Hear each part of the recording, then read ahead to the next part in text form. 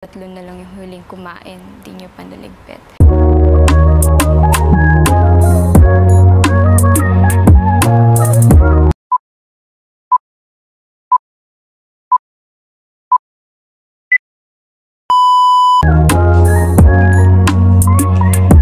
Hindi makapaniwala at hindi akalain naman netizens na masasabi ni Caprice kina Crystal, Carmel at Eliza ang salitang kayong tatlo na lang ang huling kumain pero hindi nyo pa niligpit.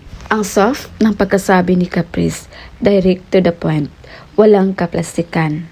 Si Caprice yung tipo ng tao na nag-observe lang at pag napuno na talaga siya sa mga nakikita niya at may pagkakataon na i-voice out niya, talagang sabihin niya ito.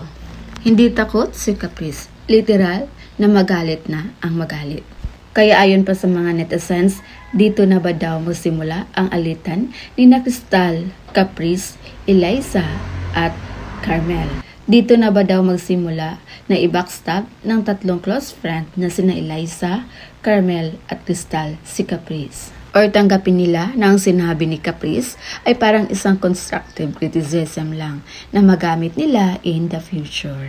Pwede nilang gawin itong pang-pa-improve sa kanilang sarili na mali pala yung mga ginawa nila. Maganda din yung sinabi ni Caprice, at least ma-realize ni na Crystal, Eliza at Carmel at pati na din sa ibang housemates na nakikinig na kailangan din naman talaga nilang pagtulungan yung mga gawain sa loob ng bahay ni Kuya. Kaya literal na si Caprice ang isa sa housemates na nagpapakatotoo sa loob ng bahay ni Kuya. So yun muna yung pa-update natin guys. And again, this is Winless TV. Thank you for watching.